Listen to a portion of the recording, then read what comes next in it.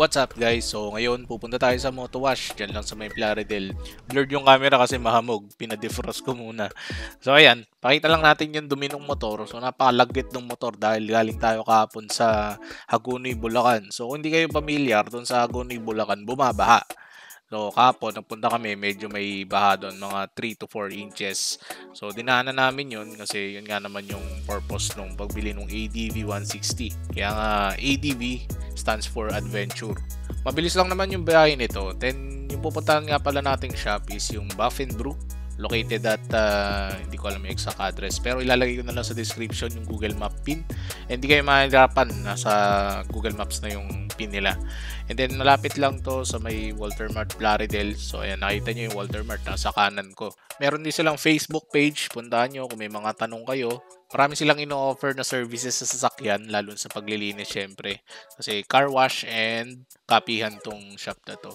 Ayan, ito yung Buff and Brew. So hindi nyo mamimiss. Napakalaki nung signage nila. So second day ngayon nila. Kahapon pinalinis ko yung Mirage. Ngayon naman yung ADV 160. So ito, meron kaming short conversation dito. Panoorin nyo na lang. Moto Wash kami. Saan kuya? Ito. Sabi ko sa'yo, pupunta ako eh. Bukasan ba? Alam mo kuya? Ano ba ang premium? Eh, gagamitin po ako ng degreaser para matanggal pa yung mga langis-langis dyan. Sige. Yung premium. Puro gas-gas nga pre. Kaya ang ano ako eh. Baka bawal mag-upgrade eh. Uy! Grabe ka naman. Mahirap bawal mag-upgrade. Galing ano yan, galing sa Lusungan kahapon. Maasim. Ito yung ginawa niyo sa... Oo. Kailangan i-wash yan. Pero ito ba okay lang mabasa? Oo, okay lang lahat yan. Tapos, nalagyan ito ng papakinta. Medyo dudulas lang, okay lang yan. Siguro konti lang ako. Dito konti lang yung DJ. Inagahan talaga namin kasi baka mamaya marami ng tao. At least nauna kami. So ayan na. Ngayon, mapapa-order na kami ngayon. So, since kumain na ako kanina, si Mrs. na lang yung o-order. Napakalawak dito guys, oh. Nakita nyo yung parkingan, yung waiting area. And then, yung kasya doon sa loob, 8 sasakyan. Late ko na itong na-edit tong video na to eh. Kanina galing kami dito, 2 araw na actually.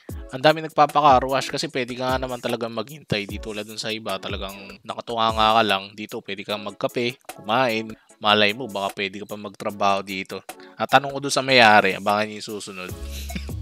So ayan, nililinis na nila yung motor. Medyo nahiya ako mag-video kasi nahiya din sila na nagbibideo ako. Ang maganda dito guys, kapag wala silang customer na ganyan, tulong-tulong sila dun sa paggawa dun sa kung sino yung customer nila. Kaya mabilis matapos. Kita nyo naman, ilan yung gumagawa. So ayan, ito naman yung in-order namin. So si Mrs. umorder siya ng pesto na pasta. Tingin ko yun lang naman ang tawag doon. Ayan, sorry na hindi ko natandaan yung exact menu. Ayan, so napaka-aesthetic din guys to. So maliban yung color grading ko dito sa video na to. Kasi masyadong madilim eh ngayong araw na to. Kaya medyo gloomy yung theme ng ating video. Nag-match din naman doon sa theme ng Buff and Brew. Kung nakikita nyo naman, black and gray or black and white. Then, so ayun nga, kulay black na ulit and gray yung aking ADV 160. So nagpaalam na lang kami, tapos umalis na kami. Bye!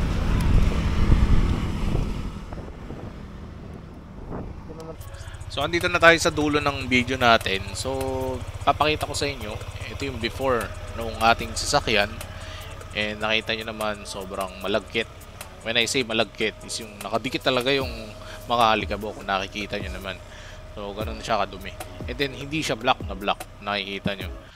And then eto na siya ngayon.